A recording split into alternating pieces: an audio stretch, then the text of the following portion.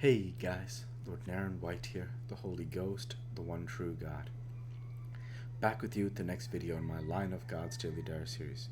As usual, before I discuss what I have achieved since yesterday's Daily Diary video, I want to go ahead and read you a chapter from the Bible. Today I will be continuing with 2 Kings chapter 15. In the 27th year of Jeroboam, king of Israel, began Azariah, son of Amaziah, king of Judah, to reign. 16 years old was he when he began to reign, and he reigned 52 years in Jerusalem. And his mother's name was Jecholiah of Jerusalem. And he did that which was right in the sight of the Lord, according to all that his father Amaziah had done, save that the high places were not removed. The people sacrificed and burnt incense still on the high places. And the Lord smote the king, so that he was a leper unto the day of his death, and dwelt in a several house. And Jotham the king's son was over the house, judging the people of the land.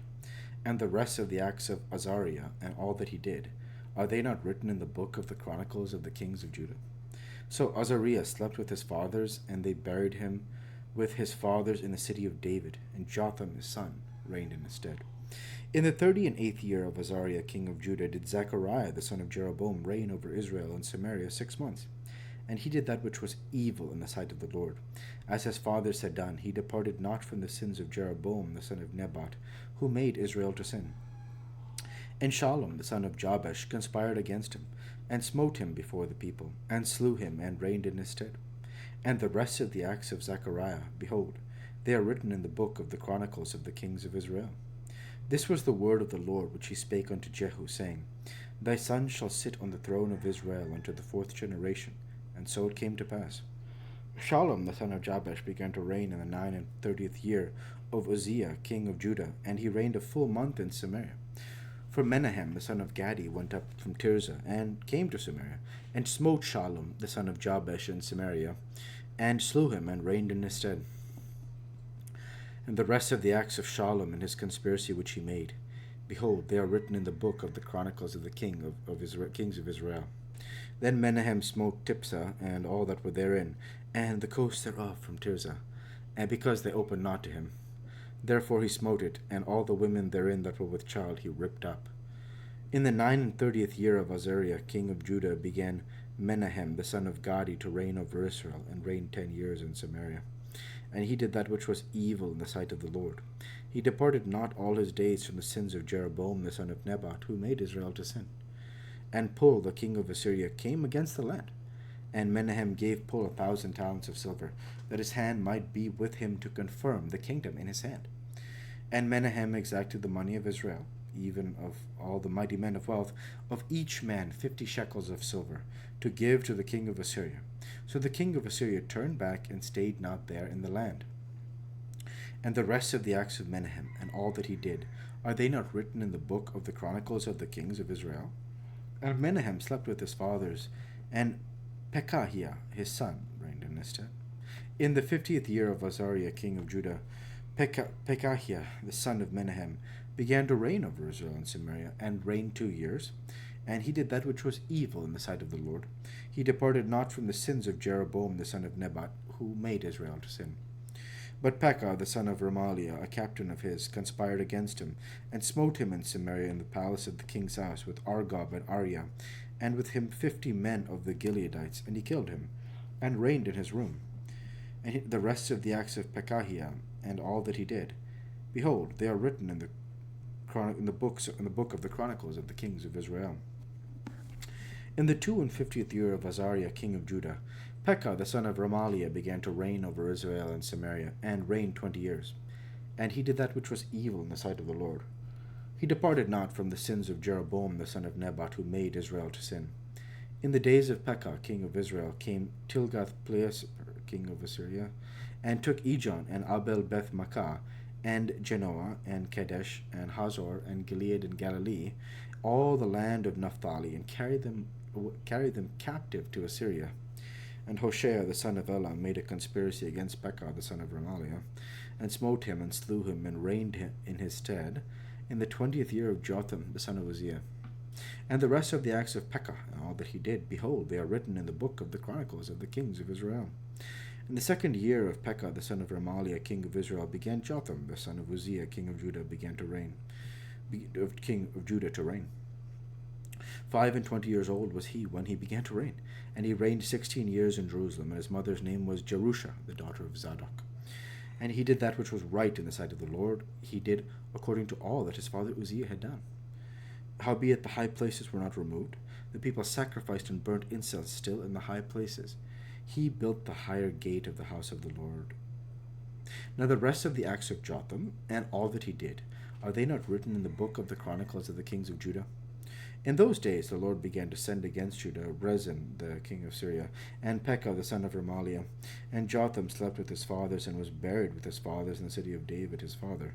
And Ahaz his son reigned in his stead. The word of the Lord. Thanks be to God. Chapters like this, which are fine, there are definitely meaningful moments, and if not meaningful, there are also very distinct moments. Very distinct moments. For example, here, and the Lord smote the king so that he was a leper unto the day of his death. This idea that the Lord, smotes the king is very vivid. And another one that's quite horrific here. Then Menahem smote Tipsah and all that were there and of the coast thereof from Tirzah, because they opened not to him. Therefore he smote it, and all the women therein that were with child he ripped up. Think of how horrific that is. It's the imagery of the truth of what's being written here is horrific. So there's definitely a lot of vivid horror or bad things that are happening within this chapter. It's that I more feel just a thought for myself that there's a lot of chapters that are very telling, and within different parts of the Bible. Obviously Genesis is huge. Genesis is huge just because it's a lot of the shaping of the entire story, and there are other very powerful passages for me that mean a lot to me. When we look at the Spirit of God coming upon people in those critical moments, it means a lot. Seeing prophets work miracles is very special. Sometimes I get these chapters where they're these lists of people. It can sometimes just be hard for me to visualize exactly every step and then necessarily identify with this, that, and always the specifics of everything is not so easy.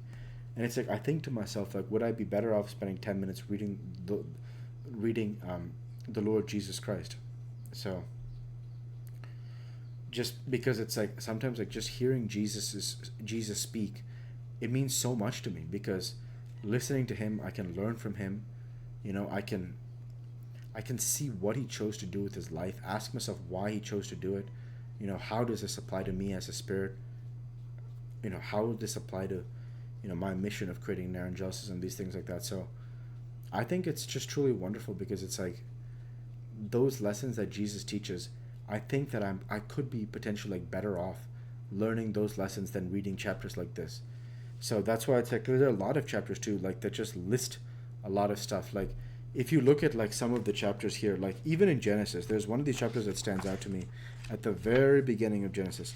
It is literally just a list of people who one person sires, the next person sires, the next person.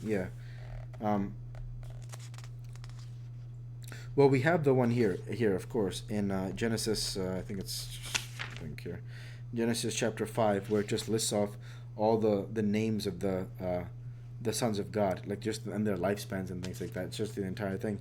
And then of course after the flood, the exact same thing, showing the decreased lifespan.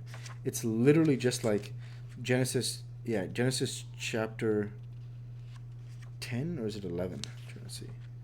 Yeah, Genesis chapter 11 is literally this, and Arphaxad lived after he begat Salah 403 years, and begat sons and daughters. And Salah lived 30 years and begat Eber. And Salah lived after he begat Eber 403 years and begat sons and daughters.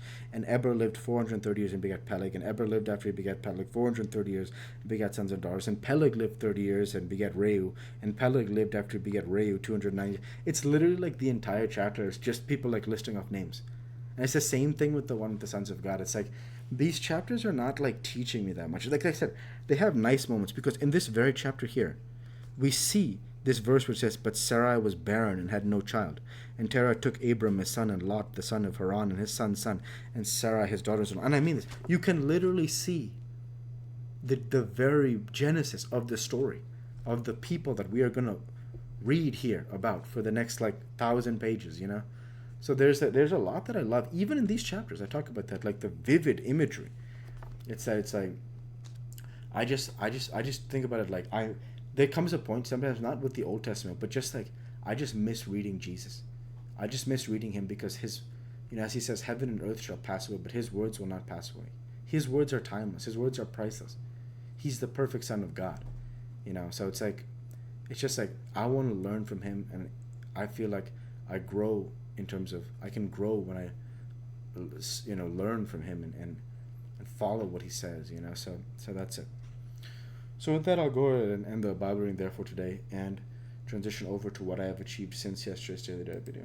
Since yesterday's Daily Dive video, I worked my software engineering job, and I'll create these 7 days worth of Daily Dive videos. And with no further achievements since yesterday's Daily Dive video, I want to go ahead and say thank you for watching, and I hope you enjoyed. Please like, comment, and subscribe, as it greatly helps the channel. Light be with you all. Take care, and thanks again.